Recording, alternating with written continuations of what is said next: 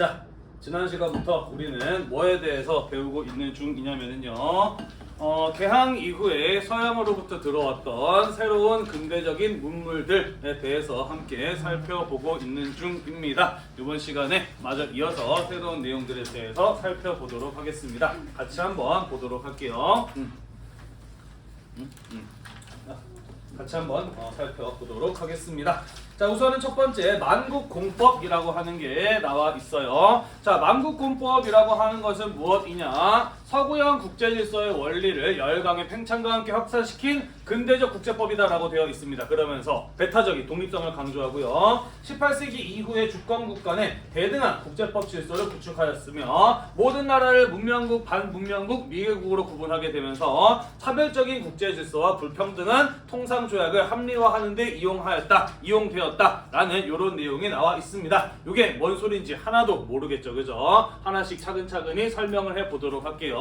자, 산업혁명 이후에 서양 강대국들의 경우에는 자국의 지속적인 산업 발전을 위해서 대외 침략을 행하게 됩니다, 그죠? 그러면서 이른바 제국주의라고 하는 것들이 나타나게 되는 것이죠. 자, 다시 말해서 서양 강대국들이 식민지를 더 많이 만들기 위해서 활발하게 다른 나라로 침략적 접근을 해 나가게 되면서 예전에 농업국가 같을 때에는 바로 옆에 붙어있는 나라만 신경 쓰면 됐어. 그런데 이제 산업혁명 이후에는 바다 바깥으로 나가서 전 세계 곳곳에 식민지를 만들려고 하는 이런 어떤 국가들 간의 활동이 활발하게 이루어지게 되다 보니까 국가들 간에 서로 부딪히고 충돌할 만한 일들이 훨씬 더 많아지게 되었다라는 것이에요.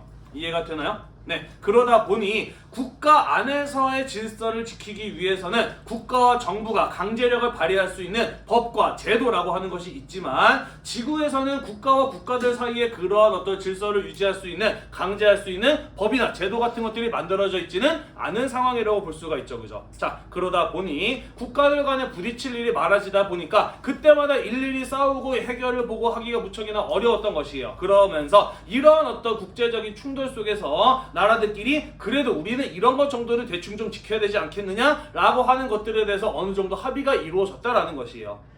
이해가 되나요? 자, 그게 여기서 말하는 만국공법이다라고 하는 거예요. 영어로는 Elements of International Law라고 하는 거. 그러니까 여러 나라들 국제법, 국제관계에서 지켜야 될 기본적인 원칙 같은 이런 것들을 한자로 번역을 하다 보니 만국공법이라고 하는 용어로 사용을 하게 되었다라는 것이에요. 이해가 되나요? 자, 그리고 이 만국공법에서는 일단 국가와 국가 간의 관계에는 대등한 것으로 전제하고 있다라는 거예요. 그러니까 다른 나라와 다른 나라가 서로 만나게 되었을 때 일단은 국가와 국가 간의 관계는 서로 대등한 것이다 라고 전제를 해야 거기에서 평화적인 협상이 이루어질 수 있겠죠, 그죠? 처음부터 어떤 나라는 위에 있고 어떤 나라는 그 아래에 있다 라는 식으로 접근을 하게 되면은 당연히 우리가 왜 밑이야, 왜 우리가 너네보다 더 열등하지? 라고 하는 것들을 따지게 되면서 서로 대화가 잘 안 될 거 아니에요, 그죠? 그래서 일단은 국제관계에서는 국가와 국가 간의 관계를 대등한 것으로 전제하는 원리가 만들어지게 되었다라는 거예요. 그래야 싸움이 잘 안 터지고 뭔가 일들이 벌어지게 되었을 때 그것을 바탕으로 협상이 원만하게 이루어질 수 있었기 때문이었다라는 것입니다. 이해가 되나요? 야, 여기 아직 필기 안 했다. 요거 빼고 나머지 체크했어? 나중에 거기 채워서 검사 받아? 자, 무슨 말인지 이해가 되시죠, 그죠? 자, 그래서 여기까지가 실제로 만국공법에 써 있는 내용이다라는 것입니다. 자, 하지만 선생님이 방금 이야기했던 것처럼 국가와 국가 간의 관계를 대등하다라고 전제했던 이유가 뭐였어요?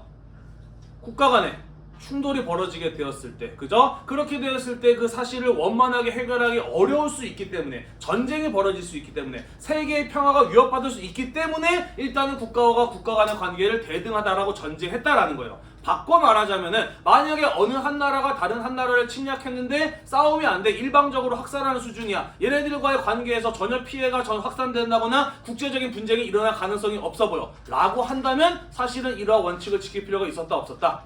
없었다라는 그런 얘기가 되겠어요, 그죠? 자, 그래서 아직까지 발전이 덜 이루어진 반문명국이나 미개국 같은 나라들의 경우에는 당연히 서양 강대국들 입장에서 봤을 때에는 대등한 관계의 나라가 아니기 때문에 싸워서 충분히 이길 수 있기 때문에 이러한 원칙을 지키지 않아도 된다라고 생각하는 게 사실은 당시에 국제관계의 냉혹한 모습이었다라는 것이죠. 이해가 되나요? 다시 말해서 국가와 국가 간의 관계가 대등하다라고 전제된 뒤에는 힘이 엇비슷하지 않은 나라 사이에는 대등하지 않다라는 의미가 내포되어 있는 게 바로 이 만국공법이었다라는 것이에요.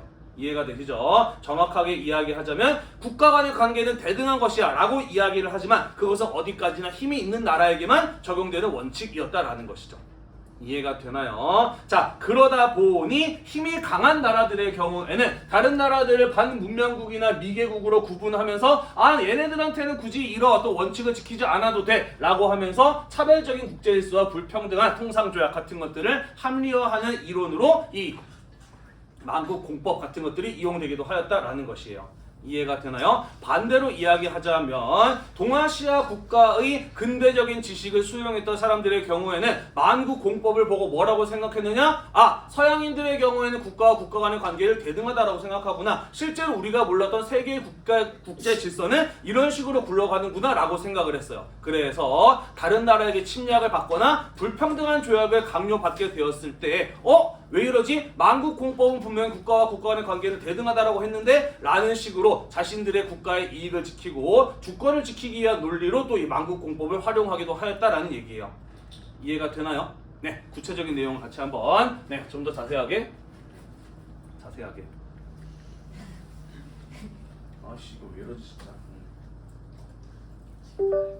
네, 자세하게 살펴보도록 하겠습니다. 자, 청나라부터 보도록 할게요. 서양과 교섭을 할 때 침략의 빌미를 주지 않기 위해서 만국공법을 활용하였다라고 되어 있습니다. 뭔 소리냐? 이런 거예요. 자, 사실 청나라는 경우에는 자기 자신을 중화라고 생각을 했어요. 그죠? 세계의 중심이라고 생각을 했단 말이야. 그렇기 때문에 국가와 국가 간의 관계는 대등한 것이다 라고 이야기하는 만국공법이라고 하는 개념을 받아들이고 싶었을까? 싶지 않았을까?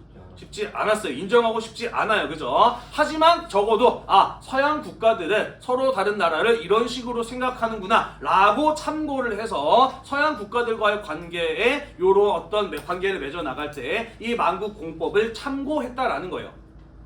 이해가 되시죠? 그죠? 그래서 만국공법을 비추어 봤을 때 쟤네들은 국가와의 관계를 이렇게 생각하기 때문에 괜히 우리가 걔들한테 꼬투리를 잡혀서 또 침략의 빌미 같은 것들을 주지 않아야지 라는 것 정도로 활용을 하였다라는 얘기가 되겠습니다. 대충 이해가 되시죠? 그죠? 자, 그리고 일본의 경우에 어떤 식으로 활용을 하였느냐? 만국공법에서는 국가와 국가 간의 관계가 대등한 것이다 라고 전제를 했기 때문에 서양과의 맺었던 불평등한 조약들 이런 거 대등한 국가 간의 관계에서는 이런 거 맺으면 안 되는 거 아니야? 라고 하면서 그들과의 맺었던 불평등한 조약들을 고쳐나갈 때 이런 만국공법의 논리 같은 것들을 활용하였다라는 것이에요.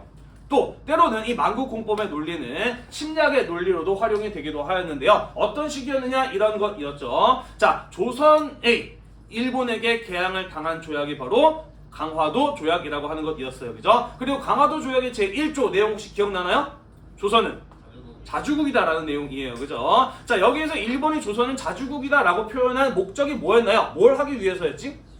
그렇죠. 청나라의 조공 책봉 관계를 부정하고 조선을 침략함에 있어서 청나라의 권리를 인정하지 않기 위해서 조선은 자주국이다라는 내용을 넣었잖아요. 그죠? 조선은 자주국이다라는 내용의 근거가 되었던 게 무엇이냐? 그게 바로 이 만국공법이었다라는 거죠. 국가와 국가 간의 관계는 대등한 건데 왜 조선이 청나라 밑에 있는 나라야? 그렇지 않아. 라고 해서 청나라의 영향력을 부정하고 이후에 조선을 침략을 하는데 이러한 논리를 활용하기도 하였다라는 것이에요.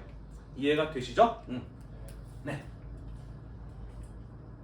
자, 한편 조선 역시 이런 만국공법의 질서를 받아들이려고 합니다. 특히 고종 같은 경우에는 이런 만국공법에 대해서 굉장히 관심이 많았고 이것을 바탕으로 조선과 대한제국의 독립성을 지키려 하였다라는 이야기가 전해지기도 해요. 자, 그런데 실제로 어떤 일이 벌어지기도 하느냐? 한국사 시간에 이런 거 배웠죠. 그죠? 러시아를 견제하기 위해서 영국이 일정 기간 동안 검문도를 점령한 사건, 검문도 사건이라고 하는 거 들어본 적 있나요? 네, 이런 게 있었어요. 그죠? 또 갑신정변과 그 다음에 그 이전에 이모군란 이런 것들을 거치면서 점점점 조선에 대한 청나라의 내전 간섭이 심화되잖아요. 그죠? 만국공법에 비추어 봤을 때 이런 일이 사실 말이 되나요? 안 되나요? 안 되죠. 그죠? 다른 나라가 우리나라 땅을 가져가고, 그죠? 다른 나라가 우리나라에 대한 간섭과 영향력을 높여가는 거 만국공법으로는 사실 설명이 안 되는 거란 말이야. 그래서 국가와 국가 간의 관계는 대등하다라고 하는데 왜 이런 일이 벌어지지? 이거 사실이 아닌 거 아니야? 라는 식으로 만국공법에 대한 회의적인 생각이 들기도 하였다라는 것이에요. 하지만 청일전쟁 이후에 청나라가 물러가고 난 뒤에 점차 일본의 영향력이 강화되는 상황 속에서 이 만국공법이라고 하는 국가와 국가 간의 관계를 대등하다고 전제하는 이 논리를 적극적으로 받아들여서 외세의 침략을 막고 자주 독립을 생각하는데 이 만국공법 같은 것들이 우리나라에서 활용되기도 하였다라는 것이에요. 대충 이해가 됐죠? 네, 그래서 우리 만국공법이라는 주제에 대해서 먼저 한번 이야기를 해보았습니다. 넘어갈게요. 자, 만국공법도 물론 동아시아인들의 세계관에 굉장히 중요한 영향을 미친 개념이긴 합니다만은 그보다 훨씬 더 큰 영향력을 미친 이론이 있습니다. 그게 바로 무엇이냐면 사회진화론이라고 하는 것이에요. 자, 어떻게 본다면은 18세기 이후, 아니지 정확하게 19세기, 20세기 전 세계의 모든 사람들에게 굉장히 큰 영향력을 미쳤던 이론, 그게 바로 사회진화론이라고 하는 것이 되겠습니다. 어찌 본다면 아직까지도 이 사회진화론의 영향력이 일부 남아있다라고 볼 수도 있거든요. 자, 구체적으로 어떤 내용인지 같이 한번 이야기를 해보도록 할게요. 한국 서식에도 나오지 않나, 사회진화론? 사회문화 시간에 나와요? 네, 여러 과목에서 나오죠. 중요하니까. 자, 사회진화론이란 무엇이냐? 자연과 같이 인간 사회에도 약육강식과 자연 도태의 논리가 적용된다라는 주장이 바로 사회진화론입니다. 그러면서 서양 강대국들의 제국주의적인 침략을 정당화하는 힘있는 민족과 인종의 계급만의 권리를 정당화한 침략적인 이론체계, 그게 바로 사회진화론이고요. 동아시아뿐만 아니라 19세기, 20세기 전 세계에 가장 큰 영향을 끼친 서양 사상, 그게 바로 사회진화론이다라고 되어 있어요. 구체적으로 어떤 논리인지 같이 한번 살펴보도록 합시다. 다들 배웠다고 하니까 쉽게 이해를 하겠네요. 자, 19세기에 찰스 다윈이라고 하는 과학자가 발표한 책이 있습니다. 바로 종의 기원이라고 하는 책이고, 여기에서 이 사람은 생물진화론이라고 하는 이론을 주장을 하게 돼요. 자, 찰스 다윈은 무엇을 하려고 했던 사람이냐? 어쩌다가 지구상의 동식물들이, 생명체들이 이러한 모습을 갖게 되었고 이렇게 살아가게 되었을까? 그 이유를 찾고 싶었던 사람이 바로 이 찰스 다윈이라고 하는 인물이었다라는 것이죠. 자, 그래서 이 사람이 연구한 결과 얻어낸 결론이 바로 이 생물진화론이라고 하는 거예요. 어쩌다가 현재의 모습을 갖게 되었느냐? 그것은 바로 진화의 결과다라는 것이죠. 자, 그러면 진화라고 하는 것은 무엇을 말하는 것이냐? 그것은 바로 개체의 변이에서부터 시작이 된다라는 거예요.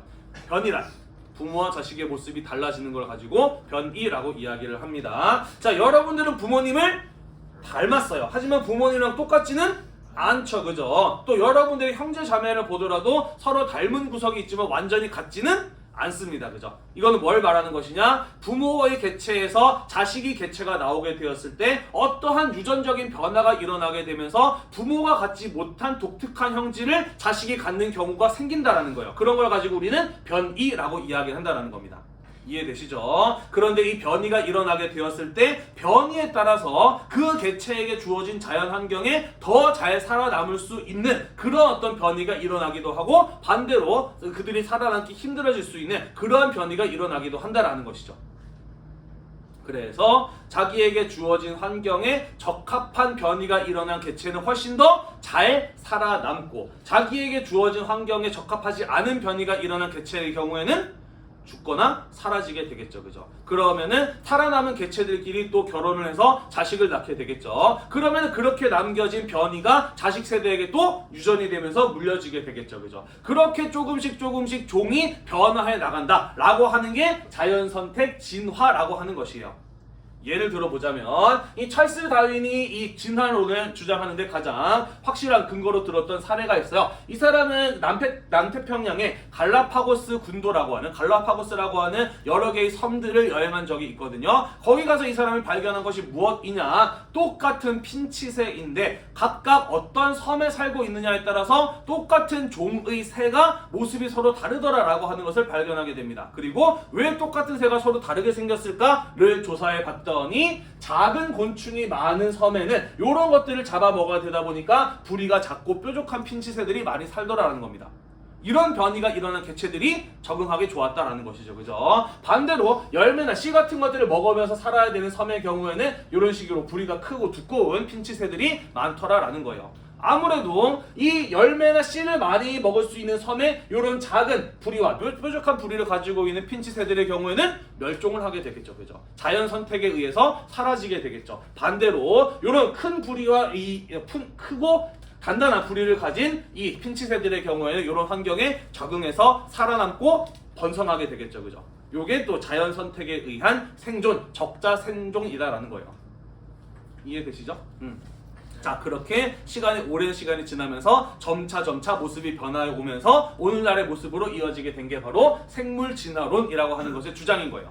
이해되시죠? 네. 자, 기린의 예를 들어볼게요. 마찬가지죠. 원래는 기린이라고 하는 동물의 목의 길이는 상당히 다양했는데 아무래도 목이 긴 기린이 좀 더 높은 데에 있는 나뭇가지의 풀까지 뜯어먹을 수 있으면서 더 오래 생존할 수 있었던 것이죠. 그러면서 목이 짧은 기린들은 죽고 목이 긴 기린들만 살아서 결혼해서 자식을 낳으니까 또 목이 긴 기린이 나왔겠지, 그지? 그러면서 점차 기린이라고 하는 동물이 목이 긴 것들만 살아남게 되면서 오늘날의 모습에 갖추어지게 된 것, 이게 바로 변이에 따른 자연 선택에 따른 진화의 결과다라고 하는 게 생물 진화론의 주장인 것이에요.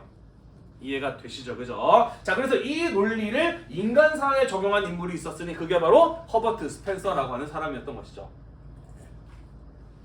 자, 이 사람은 뭐라고 주장을 했느냐? 인간 사회에도 적자 생존과 약육 강식의 원리가 그대로 적용될 수 있다라는 겁니다. 찰스 다윈의 생물 진화론을 가지고 와요. 이거 봐라, 이게 과학이지 않느냐, 이게 진리지 않느냐. 인간 역시 지구상에 살아가는 생물 가운데 하나인데 인간에게도 당연히 이러한 어떤 생존의 원리, 진화의 원리가 적용될 수 있다라고 주장한 게 바로 이 허버트 스펜서다라는 것이죠. 따라서 힘이 강한 국가와 민족은 그들은 이 지구라고 하는 자연 환경에 적합한 개체라서 살아남았고 이렇게 강력한 힘을 갖게 되었다라는 겁니다. 그리고 자연사회에서 그런 개체가 다른 개체들을 잡아먹고 살아남는 것과 마찬가지로 인간 사회에서도 강한 힘을 가지고 있는 국가와 민족과 인종이 그렇지 않은 국가와 민족과 인종을 침략해서 지배하고 하는 것들, 과학이다라는 거죠.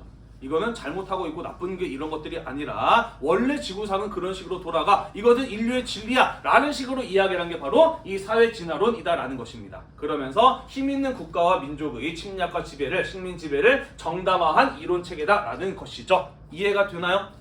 말이 되나요? 사실 말은 안 되죠, 그죠? 그러면 힘있는 국가와 민족은 다른 인종을 얼마든지 지배하고 죽여도 상관없다라는 거야? 사실 그런 건 또 아니잖아요, 그죠? 바꿔 얘기한다면 옛날에 몽골의 징기스칸 같은 나라가 잘 나갔을 때 그러면 유럽 마음대로 학살하도 됐다는 소린가? 그것도 사실은 아니잖아요, 그죠? 왜 이런 주장이 나오게 되느냐? 우리가 지금까지 살펴본 바와 같이 산업혁명 이후의 유럽 강대국들의 경우에는 자국의 지속적인 산업 발전을 위해서 더 많은 식민지를 필요로 했어. 다시 말해서 이러한 자신들의 침략 행위를 정당화할 수 있는 이론이 필요했던 것이죠. 그래서 그러한 침략적 행위에다가 찰스 다윈이 개발했던 이 생물 진화론 논리를 갖다가 붙인 거예요. 그죠? 그게 바로 사회 진화론이다라는 것이죠. 이해가 되시나요? 네. 자, 그래서 이런 어떤 제국주의적인 침략은 자연의 이치이다, 과학이다라고 실제로 이때 당시 사람들은 그렇게 생각했고 믿었다라는 것이에요. 자, 그리고 이런 것들이 마치 진리인 것처럼 여겨지게 되면서 19세기, 20세기에 전 세계적으로 유행하는 모습을 볼 수가 있었다라는 것입니다. 이런 것들이 좀 더 극단적으로 나가게 되면 뭐가 되는 거예요? 그렇죠. 파시즘 이런 게 되는 거죠. 그죠? 우수한 게르만 민족이 지구상에 살아남아야 되고 유대인 같은 열등한 민족은 멸종하는 것이 인류의 발전을 위해서 도움이 돼 라고 하면서 독일의 히틀러, 나치스 등에 의해서 유태인 인종학살 같은 것들이 이루어지는 근거로도 이 사회진화론 같은 것들이 이용되기도 했다라는 것이죠. 이해가 되시죠? 그죠? 네, 다들 땀을 삐질삐질 흘리고 있네요. 내일부터 추워진다고 하니까 오늘은 조금 끕시다. 더워. 자, 그래서 이러한 사회 진화론이 전 세계적으로 널리 유행을 하게 되었고 조선뿐만 아니라 동아시아의 근대적인 지식인들을 중심으로 이것을 마치 진리인 것처럼 받아들이게 되었다라는 거예요. 그래서 우리가 하루빨리 힘을 키우지 않으면 우리나라가, 우리 민족이 멸종할 수도 있어. 그러니까 빨리 힘을 키워야 돼 라고 하는 실력 양성운동, 국권회복운동, 계몽운동 같은 것들을 추진하는 데에 배경으로 작용하기도 하였다라는 것이에요. 이해되시죠? 그러면서 한국사 시간에는 의병같이 무장투쟁을 하는 사람들한테 실력도 없이 이 맞서 싸운다라고 하는 이런 어떤 비판 같은 것들이 이루어지기도 하고요. 또 이 사회 진화론은 어떤 데 영향을 미치기도 하느냐? 그래서 결국 우리나라가 다른 나라의 침략과 지배를 받게 되었을 때 우리는 자연 선택에 의해서 도태되었어. 이것은 피할 수 없는 숙명이야. 라는 식으로 받아들이는 논리로도 이용이 되었다라는 것이죠. 그러면서 일제강점기에는 은근히 개화 지식인들을 중심으로 친일파 이런 사람들이 많이 나오는 모습들을 볼 수가 있었다라는 거예요. 왜? 일본의 식민 지배를 숙명, 과학으로 받아들였기 때문인 거죠. 자, 구체적으로 좀 더 살펴보도록 합시다. 자, 그래서 이 사회 진화론의 경우에는 동아시아 각국에서 적극적이고 전면적인 개혁을 요구하는 논리로 작용했다라는 거예요. 우리 국가가, 우리 민족이 하루빨리 더 큰 힘을 가지지 않으면 다른 국가와 민족에 의해서 침략당하고 지배당하고 멸종할 수 있다. 힘을 빨리 키워야 된다. 라고 하는 것을 촉구하는 이러한 논리로 사회 진화론이 널리 작용하였다라는 것이에요. 자, 그러면서 일본의 화혼양제, 중국의 중체소형, 한국의 동도서기론 같은 이런 것들을 비판하는데 이 사회 진화론이 이용되기도 했습니다. 뭔 소리냐? 힘들어. 중체소형 배운 기억나나요? 중국의 전통체제를 근본으로 하되 서양의 과학기술만 받아들인다라고 하는 게 중체서용이에요. 그죠? 나머지 두 개도 다 똑같은 논리죠. 한국의 동도서기론, 동아시아의 길을 가되 서양의 기술을 받아들인다라는 게 동도서기론이죠. 그죠? 화혼양제도 마찬가지의 개념이에요. 화라고 하는 건 일본을 뜻합니다. 그래서 화혼이란 일본의 혼을 말하는 것이고 양제란 서양의 재물, 서양의 문물을 말하는 것이에요. 그래서 일본의 혼을 바탕으로 서양의 기술을 받아들인다라고 하는 게 화혼양제 이거든요. 자, 사실 이러한 주장이 나오는 것은 어찌 보면 자연스러운 모습일 수도 있어요. 왜냐하면 서양의 기술과 물건을 받아들이고 사용하는 것은 어렵지 않지만 지금까지 사람들이 가져왔던 생활의 방식이나 머릿속의 생각의 사고방식 이런 것들을 하루아침에 바꾸는 것은 어려워요. 그죠? 그러다 보니까 우리의 기존의 전통적인 통치체제, 사상과 신념 이런 것들은 그대로 유지하면서 서양의 기술만, 과학만 받아들이자 라는 이런 주장들이 동아시아 각국에서 공통적으로 나오게 되는 것이죠. 그죠? 그죠? 자, 그런데 사회 진화론에서는 이런 것들을 뭐라고 비판을 하느냐? 서양이 강해진 것을 왜 과학에서만 찾느냐라는 겁니다. 과학이라고 하는 것은 서양이 강해지는 과정 속에서 나타난 결과일 뿐이지 이 과학 자체가 서양이 부강해진 원인과 결과는 아니다라는 거예요. 서양이 강해진 것은 그들이 지금까지 살아오면서 이루어냈던 문명의 발전 속에서 이루어진 것이지 과학만 똑 떼가지고 그것을 그들의 부강함의 원인으로 꼽아서는 안 된다라는 겁니다. 이해가 되시죠? 네. 자, 그래서 서양의 강력함이란 자연과학을 토대로 한 사회사상에서 나온 것이다. 서양인들이 강해지게 된 것은 과학기술뿐만 아니라 정치, 경제, 문화, 교육 같은 이러한 것들이 종합적으로 작용하여서 그들의 강한 국력을 가지게 된 것이기 때문에 우리도 도태되지 않고 자연에서 살아남기 위해서는 이런 것들을 받아들일 수 있는 대대적인 개혁을 실시해야 된다라는 주장을 하게 되는데 바로 이 사회진화론 같은 것들이 작용을 하게 되었다라는 것이에요. 이해가 되시죠? 그죠? 자, 그래서 이런 사회 진화론을 받아들인 사람들이 어떠한 사회운동 같은 것들을 전개해 나가게 되느냐? 이런 것들이죠. 자강과 침략을 정당화하는 논리로 받아들이게 되는 것이죠. 자, 일본에서는요, 약육강식의 세계이기 때문에 우리가 하루빨리 강력한 민족국가를 만들어서 대외 침략을 해야 된다라고 하는 이러한 논리를 정당화하는데 사회진화론이 사용되기도 하였다라는 것이에요. 자, 그러면서 가토 히로유키 같은 사람의 경우에는 지금 전 세계 각국의 나라와 민족이 살아남기 위해서 경쟁을 하고 있는데 자유민권운동, 뭐였는지 기억나나요? 자유민권운동? 일본의 급작스러운 에이즈 유신 이후의 사회 변화에 적응하기 어려웠던 농민이나 몰락한 무사들을 중심으로 시민으로서의 정치에 참여할 수 있는 권리를 요구했던 운동이 바로 자유민권 운동이라고 하는 것이었죠. 배운 기억 나나요? 그러면서 일본의 메이지 헌법 같은 게 만들어지기도 하잖아. 네. 자, 요런 게 일어나고 있을 때 가토 히로유키는 지금 우리가 생존 경쟁하기 바쁜데 왜 개개인의 권리를 요구하고 있느냐라고 하면서 이런 어떤 자유민권 운동 같은 것들을 부정하고요. 일본의 제국주의적인 팽창, 침략행위 이런 것들을 적극적으로 지지하는 논리를 펴는 이러한 인물들이 나타나기도 하였다라는 것이에요. 이해되시죠? 네. 중국에서는요, 옌푸라고 하는 사람이 진화론을 천연론이라고 하는 용어로 번역을 해서 소개를 했습니다. 그러면서 중국인들의 사상에 큰 영향을 미치게 되는데요. 사실 이 찰스 다윈의 진화론의 핵심은 어디에 있는 거냐? 어쩌다가 현재의 생명체가 이런 모습을 갖게 되었는지 그 원인을 밝히는 게 사실은 이 진화론의 핵심적인 내용인데, 옌푸 같은 사람은 그런 데보다는 어디에 또 확실하게 꽂혔느냐? 약육강식, 강한 자가 살아나고 약한 자는 멸종한다 라는 이 논리에 꽂혀서 요것만 핵심적인 내용인 것처럼 잘못 전달이 되기는 해요.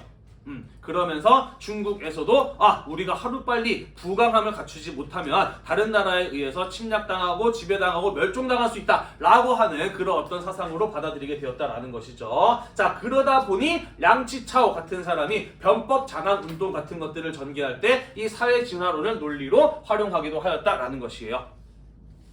변법 장악 운동 뭐 했는지 기억나죠?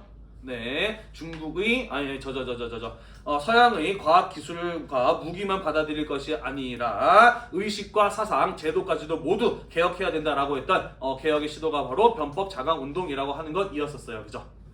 이런 데의 논리로 사회 진화론이 작용하기도 하였다라는 것이 되겠습니다. 조선에서도 마찬가지였다라는 것이죠. 약육강식과 생존 경제를 통해서 진보를 달성해야 된다라고 하는 논리로 받아들였습니다. 그러면서 애국개몽운동 같은 것들이 전개되었을 때 교육활동, 언론활동, 이권수호 운동 등을 통해서 우리 민족의 실력을 키울 것을 주장했던 실력 양성운동 같은 것들을 전개해 나가는데 이러한 사회 진화론이 근거로 활용되기도 하였다라는 것이고요. 유길준 같은 사람도 이러한 사회 진화론을 자강의 논리로 받아들이기도 하였습니다.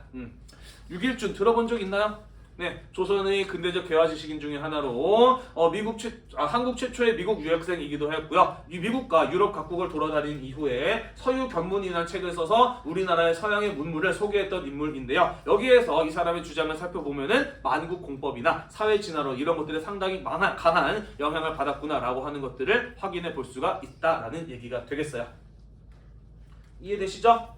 네, 사회 진화론 중요합니다. 시험 문제 냈어요. 네.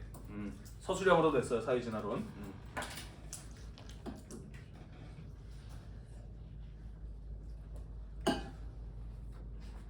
넘어가도 될까요? 네, 넘어가도록 하겠습니다. 자, 그래서 사회 진화론의 경우에는 동아시아 각국에서 서양의 문물을 적극적으로 받아들여서 국가의 생존 능력을 키울 것을 강조하는 데 활용이 되었고요. 서양 열강의 침략 행위를 약육강식의 원리에 따라 정당화한 이론이 또 이 사회 진화론이었기 때문에 결국 다른 나라에 의해서 침략과 지배를 받게 되었을 때 그것을 불가피한 것으로 받아들이는 경향도 나타났다. 방금 이야기했죠, 그죠? 조선시대 근대적인 개화 지식인들이 일본에 의한 식민 지배를 숙명으로 받아들이는 이런 어떤 모습이 나타나기도 하였다라는 그런 얘기가 되겠네요. 자, 그래서 우리 이렇게 해서 만국공법과 사회진화론이라고 하는 개항 이후에 들어왔던 서양의 근대적인 사상들 중에서 큰 영향을 미쳤던 것들에 대해서 같이 한번 이야기를 해보았습니다. 시간이 많지 않네요. 부탁 넘어가도록 하겠습니다. 할게요. 가요. 자, 그 외에 다른 것들도 한번 쭉 살펴보도록 하겠습니다. 자, 서양에서부터 새로운 문물이 들어오게 되면서 신문이라고 하는 대중매체도 들어오게 되죠. 자, 신문은 뉴스페이퍼잖아요. 그죠? 새로운 소식을 전달하는 종이 매체잖아요. 그죠? 자, 그래서 신문을 통해서 국내외 소식이 전달되는 이런 모습들이 나타나게 되었다라는 것이에요. 자, 뿐만 아니라 이런 어떤 신문 같은 것들을 통해서 지식인들의 경우에는 사람들에게 민권관념, 그러니까 시민으로서의 권리 이런 것들에 대해서 가르치고자 하였다라는 것이에요. 그러니까 서양인들이 가지고 있었던 근대적인 인간으로서의 권리 같은 개념들을 가르치고자 하였다라는 것이고요. 나아가서 여론 형성, 우리는 다 같이 지금 이러이러한 변화가 필요하다라는 데 공감대를 형성하는 그러한 도구로서도 신문이 사용되기도 하였다라는 것이에요. 또한 신문에는 광고 같은 것들이 실리게 되죠. 그죠? 그러면서 광고를 통해서 특정 제품들을 홍보하게 되면서 많은 사람들이 똑같은 것들을 갖게 되는 유행 이런 것들, 이런 개념이 신문을 통해서 나타나게 되었다라는 겁니다. 대중매체잖아요, 신문은. 그죠? 그러다 보니 유행이라고 하는 이런 개념 같은 것들도 나타나게 되었다라는 것이에요. 이해되시죠? 네, 그러다 보니 동아시아 각국 정부에서는 이 신문을 통해서 정부에 대한 비판이 확산되거나 혁명사상 같은 것들이 전파되면서 안 되겠다, 이런 것들을 통해서 정부에 위협이 될 수 있는 나쁜 생각이 퍼진다라고 하면서 정부에서는 신문 같은 것들에 대한 등록제, 검열제 이런 것들을 통해서 통제하려는 모습을 보이기도 하였다라는 것이에요. 자, 구체적으로 그러면 신문이 동아시아 각국에서 어떤 역할을 하였는지 그런 내용들 마저 이어서 살펴보도록 합시다. 구체적인 내용들 같이 한번 보도록 하겠습니다. 자, 청나라부터 보도록 할게요. 신문은 주로 개항장의 조계에서 발행이 됐습니다. 지난번에 배운 기억 나나요? 네, 외국에게 열린 항구가 개항이고 거기에 마련된 시장이 개항장이었고 여기에는 외국인의 거주와 교류를 허용하는 특별구역이 만들어졌다라고 했어요. 그게 바로 조계 또는 거류지라고 이야기를 했죠. 그죠? 그리고 여기의 경우에는 외국인들에게 치외 법권이 허용되는 지역이었다라는 이런 이야기들도 했었습니다. 그죠? 네, 그리고 서양의 근대 문물이 들어오는 창구, 통로 역할도 하였다라고 이야기를 하였어요. 그래서 조계 같은 곳들에서 서양에서부터 들어온 신문이라고 하는 근대의 문물이 먼저 발행되었던 것이죠. 이해되시죠? 자, 이 시기에 발행되었던 대표적인 신문으로는 신보 같은 것이 있습니다. 중국 최초의 신문은 아닙니다만 시험에 굉장히 자주 나오는 신문이고요. 조계가 많이 밀집되어 있었던 상하이에서 발행된 신문이고요. 영국 상인이 만든 신문이라고 합니다. 흥미로운 뉴스를 신속하게 보도하면서 많은 독자들을 끌어모았던 신문이 바로 신보라고 하는 것이 있었다라고 해요. 자, 뿐만 아니라 20세기로 가게 되면 중국에서 시보라든지 대공보 같은 많은 신문들이 만들어지게 되면서 중국 사람들에게 우리나라 상황이 어떻구나, 우리가 지금 이러한 변화가 필요하구나 라는 이러한 생각들, 여론 같은 것들을 형성하는 데 영향을 주었다라고 해요. 그랬구나 하고 넘어가시면 되겠습니다. 자, 한편 변법 자각운동 세력들 같은 경우에는 이 신문과 잡지 창간을 적극적으로 후원하기도 해요. 왜냐? 아까 선생님이 이야기했던 것처럼 신문 같은 것들을 통해서 근대적인 사상을 널리 알릴 수 있었고 지금 우리나라에 필요한 변화가 무엇인지, 지금 우리나라가 어떤 상황에 처해 있는지 이런 것들을 사람들에게 알릴 수 있었다라고 이야기를 했잖아요. 그죠? 그러다 보니까 변법 자각운동을 주도했던 세력들의 경우에는 신문이나 잡지 이런 것들을 통해서 중국의 개혁이 왜 필요한지 같은 것들을 많은 사람들에게 설득을 하고 싶었던 거예요. 이해가 되시죠? 그러면서 외국의 서양의 무기와 과학기술만이 아니라 중국 사람들의 의식과 제도까지도 변화시키고 싶었다라고 볼 수가 있는 거예요. 이해되시죠? 네. 하지만 변법 장악 운동이 실패로 끝나고 난 이후에는 보수파들이 이러한 신문 같은 것들을 통해서 나라에 위협이 되는 위험한 사상이 퍼진다라고 해서 신문 발행을 금지시키는 이런 모습을 볼 수가 있었다라는 것인데요. 아까도 이야기했듯이 대부분의 신문이 어디에서 발행되었어요? 조계에서 발행되었어요. 그죠? 그리고 조계 같은 경우에는 대체로 치해법권이 적용되는 지역이 많았다라고 이야기를 했잖아요. 그래서 보수파가 신문 발행을 금지했음에도 불구하고 치해법권이 적용되는 지역이었기 때문에 정치적 간섭으로부터 벗어날 수 있었다라는 얘기가 되겠습니다. 이해됐죠? 그리고 신해혁명 이후로 가게 되면서 언론의 자유가 제한적으로 허용이 되는 이런 모습을 볼 수가 있었다라는 얘기가 되겠네요. 넘어갈게요. 할 말이 많아요. 자, 지난 시간에 근대 도시의 형성 부분에서 요코하마 시험에 잘 나온다 라고 말씀을 드렸죠. 그죠? 일본 최초의 철도가 도쿄에서 요코하마 사이에 연결된 철도이기도 했고 일본 최초의 일간지, 매일 나오는 신문이 또 요코하마에서 발행되었다라고 이야기를 했었잖아요. 기억이 나시죠? 네, 그게 바로 요코하마 마이니치 신문이라고 하는 것이에요. 자, 메이지 유신 이후에 일본에서도 마찬가지로 서구의 문물이 가장 먼저 들어오는 개항장에서부터 신문이 발행이 되기 시작을 합니다. 자, 그러면서 일본 정부의 경우에도 검열제라든지 발행금지법 같은 것들을 도입을 하면서 신문을 통해서 정부에 대한 비판이 빠르게 확산되어 나가는 것들을 규제하려는 이런 모습을 보이기도 하였다라는 얘기가 되겠어요. 자, 또 일본의 유명한 신문으로 요미우리 신문이 있습니다. 들어본 적 있나요? 요미우리? 야구 좋아하는 사람은 일본의 요미우리 자이언츠 이런 거 들어보지 않았으려나? 네, 요미우리라는 신문이 있어요. 일본어로 요미우리는 뭘 뜻하냐? 요무, 일본어로 읽다라는 뜻입니다. 우리, 우루, 팔다라는 뜻이거든요. 이 신문은 팔 때 사람들이 어떻게 팔았냐면은 신문 기사를 노래에 가락을 붙여가지고 노래처럼 신문 가사를 읽어주면서 신문을 팔았거든요. 그러면서 읽다와 팔다가 더해진 요미우리라는 신문의 이름이 붙게 되었대요. 신기하지, 그지? 이런 것들을 일상을 다룬 흥미로운 기사들 같은 것들을 많이 실어서 빠르게 성장한 신문사였다라고 이야기를 하고요. 특히 일본에서는 청일전쟁과 러일전쟁을 보도하면서 신문의 발행 부수가 크게 늘어나게 됩니다. 왜냐? 청일전쟁, 러일전쟁 전부 다 일본이 이긴 전쟁이에요. 그죠? 전쟁에서 이긴다라고 하는 거 얼마나 국뽕이 차오르는 기사들입니까? 그죠? 이런 것들 보면서 일본 사람은 굉장히 신났던 것이죠. 그러면서 신문 발행 부수가 급격하게 증가하는 이런 모습을 볼 수가 있었다라는 얘기가 되겠습니다. 넘어갈게요.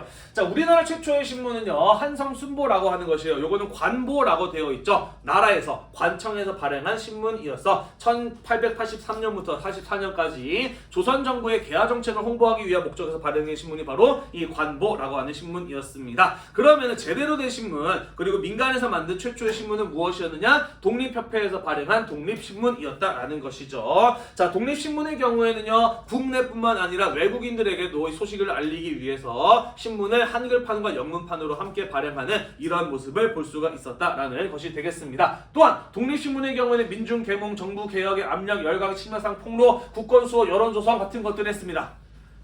뭔 소리냐? 이런 거요. 독립협회를 만들고 독립신문을 창간한 사람의 이름은 서재필이라는 사람이죠. 이 사람들은 과거 갑신정변에 동참했다가 실패하게 되면서 미국으로 망명했던 사람이거든요. 갑신정변 왜 실패했느냐? 일본이 도와주겠다고 약속했다가 안 도와줘서 망했어, 그지? 그러면 왜 일본에게 도와달라고 요청했느냐? 이 조선의 급진적인 변화를 원했던 사람들은 일부 몇 명 되지 않는 조선의 급진적인 개화파에 해당하는 인물들이었어요. 그죠? 이 사람들만으로는 급진적인 개혁을 이뤄낼 수 없었기 때문에 일본의 힘을 빌리려고 했다가 실패한 거 아닙니까? 그죠?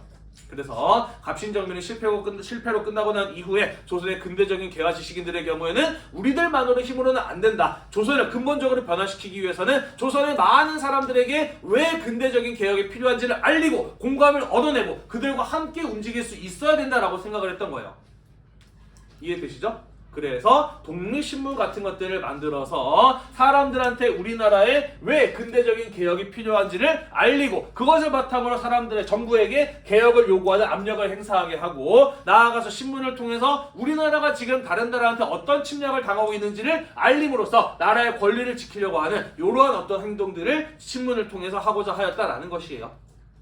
이해가 되죠? 무슨 소리인지? 네, 그러다가 독립협회가 탄압을 받아서 해산되고 난 이후에 독립신문도 폐간되었다라는 것이에요. 애국개봉운동 시기에 황성신문, 대한매일신보 같은 이런 애국적인 신문들이 만들어지게 되면서 국민으로서의 권리와 우리나라의 권리를 되찾아야 한다라는 이런 의식들을 국민들에게 깨우쳐 주려고 노력을 하게 되죠. 그래서 1905년 을사조약이 체결되고 난 이후에 우리나라의 외교권을 대신하기 위해서 만들어졌던 일본의 통감부 같은 경우에는 신문지법 같은 것들을 제정을 해서 신문에서 이런 어떤 애국적인 소식과 의식을 높이려는 행위 같은 것들을 허가제와 검열을 통해서 차단하려는 이런 움직임을 보이기도 하였다라는 것이에요. 아, 그랬구나 하고 넘어가시면 되겠습니다. 아이고, 시간이 얼마 없는데 몇 페이지 더 해야 되지? 하나, 둘, 셋, 넷. 4개네. 할 수 있어요. 딱 보도록 합시다.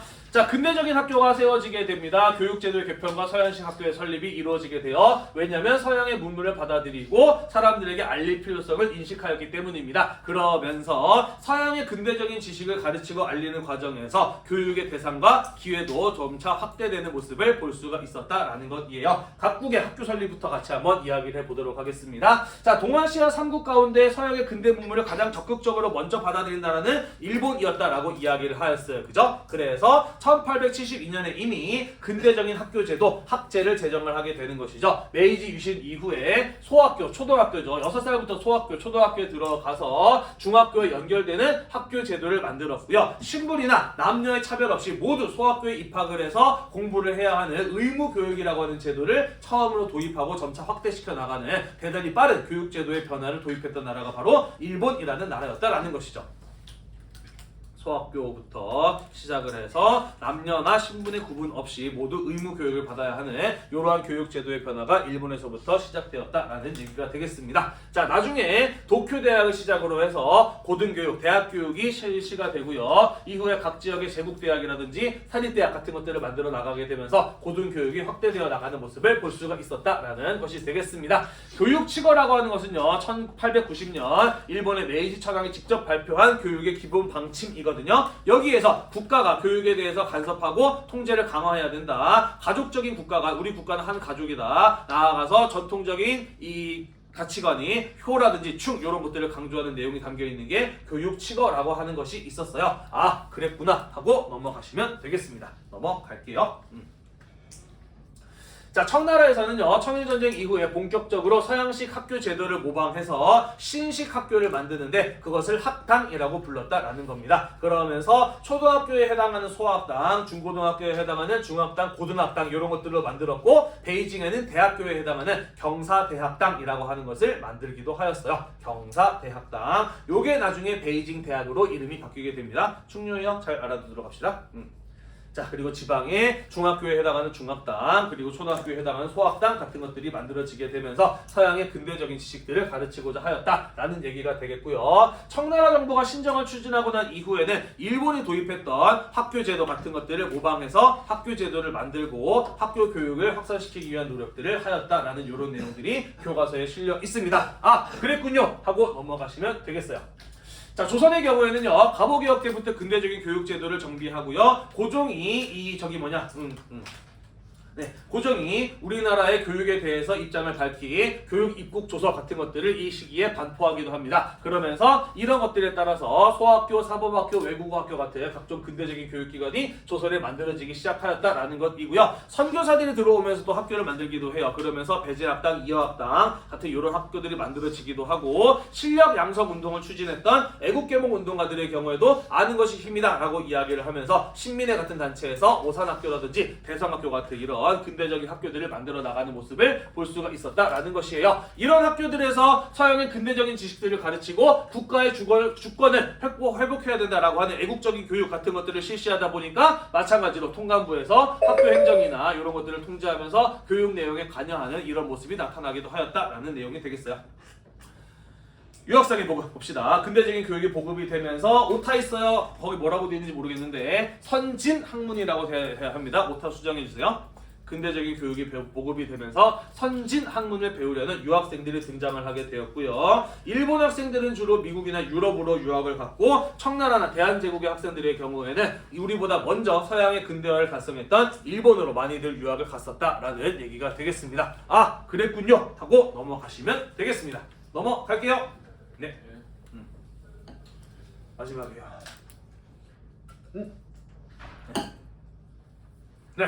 이런 학교 교육의 성장과 더불어서 서양의 근대적인 사상 같은 것들이 들어오게 되면서 서양에서 만들어진 여성에 대한 권리, 인식, 교육 이런 것들도 함께 전파가 되었다라는 거예요. 자, 그러면서 우리나라 학교 교육에서도 여성에 대한 교육도 점차 확산되어 나가는 모습을 볼 수가 있었다라는 겁니다. 다만 이 초창기의 여성 교육의 목표는 여전히 남성의 보조적인 역할을 하기를 기대하는 현모양처, 현명한 어머니, 훌륭한 아내를 만드는 것에 초점이 맞춰져 있었다라는 겁니다. 하지만 점차 여성에 대한 교육과 권리의식 같은 것들이 확산되어 나가게 되면서 이를 뛰어넘고자 하는 모습들이 나타나게 되는 것이죠. 자, 각국의 여성교육 보도록 할게요. 일본 앞에서 봤어요. 남녀 구분 없이 모두 의무교육이었고 초등, 중등 교육을 실행하였다라는 이야기를 하였었고요. 조선에서는 선교사들이 먼저 나서서 여학교를 설립을 했고요. 청나라에서는 민간에서 먼저 여학당을 설립하고 난 이후에 학교 교육제도를 도입하고 하면서 점차 여성교육이 확산되고 정착되어가는 모습을 볼 수 있었다. 아, 그랬군요 하고 넘어가시면 되겠습니다.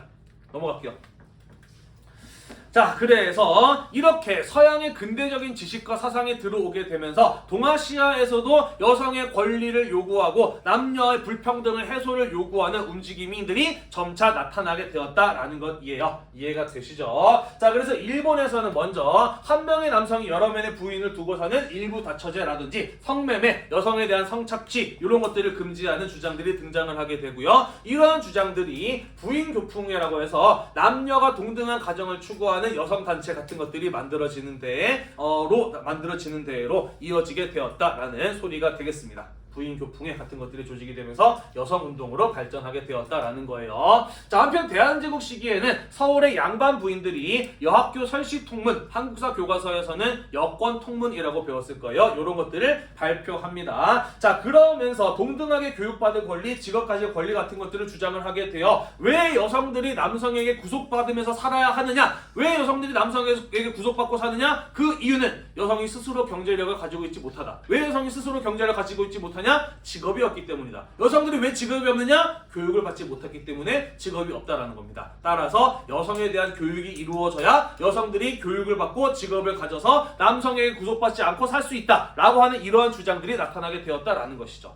이해가 되시죠? 자, 그래서 여학교를 만들 것을 주장하였던 여학교 설시통문 이런 것들을 발표했던 여성들을 중심으로 찬양회 같은 단체가 만들어지게 되면서 우리나라의 여성 계몽과 여학교 설립 운동 같은 것들을 전개해 나가는 여성 인권을 발전시키려고 하는 이런 모습들을 볼 수가 있었다라는 것이에요. 중국도요, 청나라 말기 신정 시기부터 여성에 대한 교육이 확산되면서 여학당, 여성들에 대한 근대적인 지식을 가르치는 학교 이런 것들이 세워지게 되고요. 신화혁명 이후에 여성의 권리 신장을 주장하는 목소리가 높아지게 되는데 신문화운동 배운 기억나죠? 천두슈 같은 사람이 중국의 근본적인 변화를 촉구하면서 일으켰던 신문화운동 이런 거에 대해서도 여성에 대한 부분들이 상당히 많이 언급이 되었다. 남녀관계나 가족제도의 변화, 여성해방 같은 것들이 중국의 중요한 과제 같은 것들로 떠오르게 되었다라는 것이에요.